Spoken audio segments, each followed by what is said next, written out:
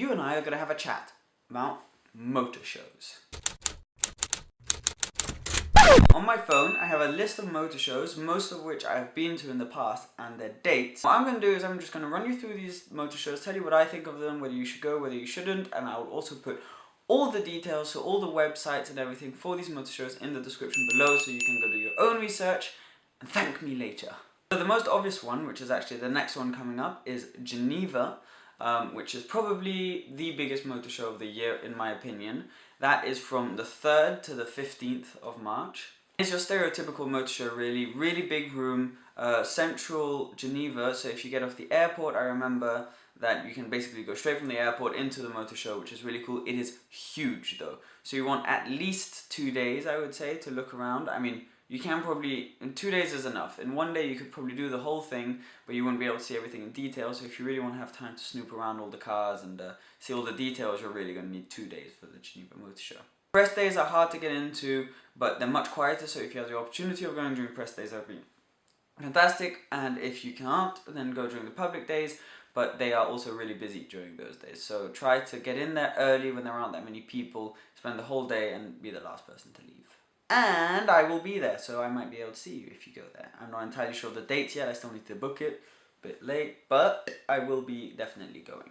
The next motor show is one that is probably the most obvious for me to know a lot about. It is Top Marks Monaco, the only live supercar show in the world. Top Marks is an odd one, so this year it's from the 16th to the 19th of April, which some tennis fans may know is the same week as the tennis tournament in Monaco. And it's a really, really good show, so you have lots of insanely exclusive shows in the actual hall, which is at the Grimaldi Forum in Monaco. There's some really good stuff in there, but the main show during Top Marks happens outside.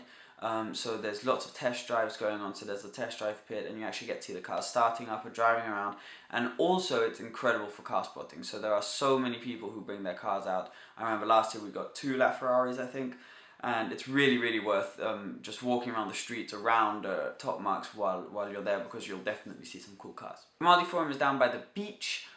It's sort of really close to Sas Cafe, which is where you often see a lot of cars, and close to the racetrack. But it is very expensive in Monaco during Top Marks, so you might want to stay in Menton, Antibes, Nice or Juan-les-Pins or somewhere, and then get a car which you would then be able to drive to Monaco, or get the train. I am going to get myself comfortable. Okay. So next up is not really a car show, it's more of a car event. I should have said car events rather than motor shows, because not all of these are motor shows. Like for example, the next one is the Monaco Grand Prix. Personal favourite of mine. If you're a motor racing fan of any sort, you'll know about it. It is a huge deal, and it's really, really a fantastic event. This year it's from the 21st till the 24th of May. Let me check. Am I lying to you? No, it is 21st, 24th of May. I was right. You get a lot of cars driving around. Obviously the Grand Prix is amazing, but it's quite expensive to be in the stands. I'm not entirely sure, but I think it's like 500 euros a pop to be able to see the actual race. And then, you know, obviously there's lots of different types of hospitality. I'll put some links in the description below. Overall, it's a fantastic event, and if you're a racing fanatic, I mean, the Monaco Grand Prix is like the Wimbledon of car racing.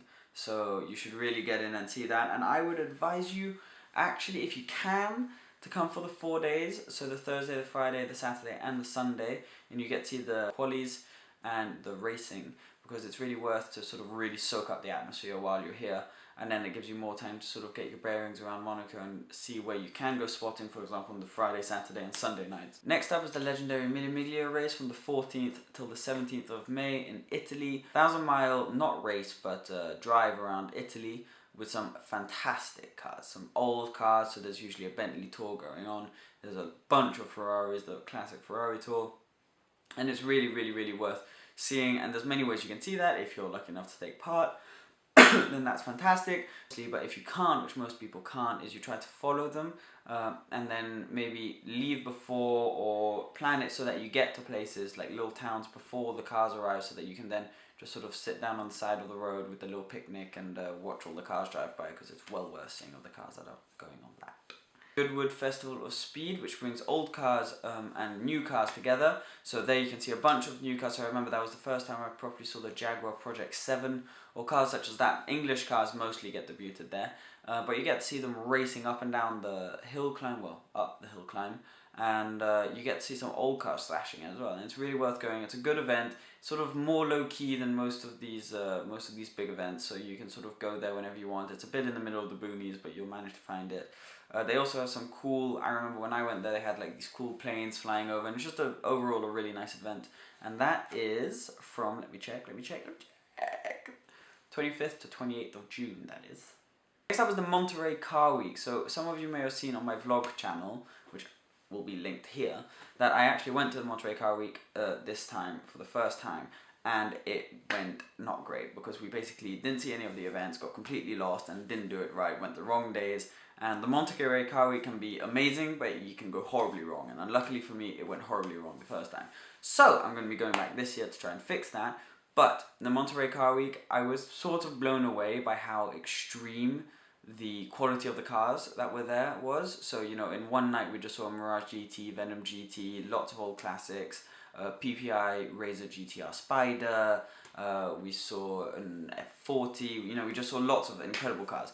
So I would really, if you're in the area, because it is quite far for anyone that's in Europe, but if you're in the Californian sort of area, then you should really try and head up to Monterey during the car week, which is from the 10th to the 16th of August. Yes. What you should do is you should try and drive up. There's a thing called Fuel Run. That's really worth driving up with. So you sign up for that, and then you drive from Los Angeles up to Monterey, about a 6-hour drive. Book your hotels in advance because they get really expensive, and fully booked anywhere in Monterey. And you can stay in somewhere called Salinas, but that is not ideal. You'd like to stay in Monterey more. And then you need to see if you can organize drives with Lamborghini, or if you can go to events such as the Quail. Those things are really worth looking into. So you can find full detailed plannings of the week, which I will put in the description below, and they allow you to really properly plan your time there, because the most important thing about the Monterey Car Week is planning and being organized, I think. In September, it's back to Goodwood for the Revival, which ignores all the new cars and sort of focuses on the old cars. I've never been to the Goodwood Revival, but that's one that I would really like to go to. That is from, let me check, the 11th to the 13th of September. And if I were you, I would head over there if you like classic cars, because you get to see some really special cars. Frankfurt Motorshows also in September, from the 15th to the 27th. And this is sort of similar to Geneva in the way that there are a lot of new cars revealed there.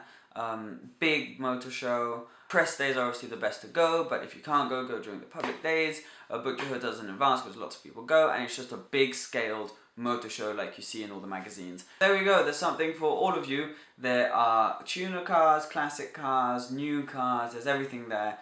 All the details are going to be in the description below with the dates, and please, if you have any more questions, just post them in the comments, or follow me on Snapchat and ask me questions there, or on Instagram, or on Twitter, or anywhere. Everything will be in the description below. So not the most hilarious of videos this week, and also staying in my room, fairly simple, but I didn't really know what to film. I'm working on a few collaborations, and I'm really busy in the office, as you may have seen from my daily vlogs. But if you have any video suggestions for me, I'm open to anything, and I will be in Monaco for the next couple of months, so I can film as much as you need me to film. So thank you so much for watching. Remember to share this video, like, comment, and subscribe. I will see you Saturday for the weekly report, and next Wednesday at 5:30 for the next video. Bye! The new Lamborghini Aventador LP740-SV. So I'm sure you get hypercars coming out like there's been in the last few days. So there was a 918, a red 918.